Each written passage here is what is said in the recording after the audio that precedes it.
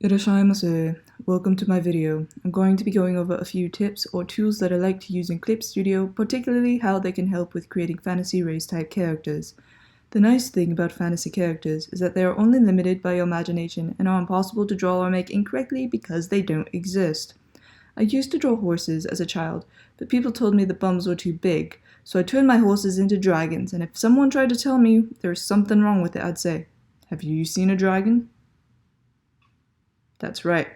So the same principle applies to people in fantasy races. Like good cakes, I like to use a lot of layers, especially during sketches to help flesh out ideas. This way you can have a base layer and just add fantasy characteristics on top, like ears or whatnot, and compare a lot of ideas. You can even mix and match characteristics.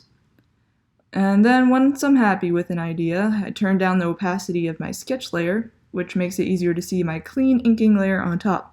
Again, I like to separate these into layers to make it easier to color later. Usually I have a hair, clothes, and face outline in separate layers, and the expression has its own layer. For coloring, I add base colors with the fill tool, which I have set to refer to other layers. By separating the base colors, you can use the command select over a layer in order to select everything in that layer. But if you make a new layer on top of that, it's easy to add shading or textures, on top.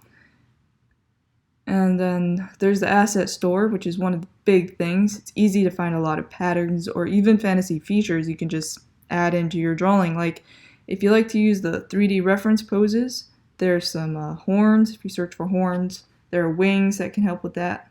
There's some really interesting brushes too. Like I found this wing brush that's pretty cool. There are magic circles, gemstones, the works, a lot of cool brushes that add texture too. One thing I've noticed is that a lot of assets are submitted in different languages, so if you can't find anything you like, go to Google Translate and translate whatever you want into Korean or Japanese, and then just put that back into asset search and you can get a whole new set of results. You can also import pictures you take, or if you don't take pictures, because who wants to go outside and take pictures, you can use copyright-free images from resources such as Unsplash. For shading, I like using the Smooth India ink brush in combination with the blur tool. It gives a nice sharp edge, but not too sharp. If you're feeling lazy and want shading for your hair, just use the command select on your base hair color. Put a new layer, fill tool, drag or use the arrow keys to pull down, put it under your hair layer but over your skin layer. Actually, it doesn't matter where the hair layer is. Just then command select your skin layer afterwards and make a mask using outside selection. Another way I like to shade, especially for the eyes, is to use the airbrush tool with its shadow and highlight features.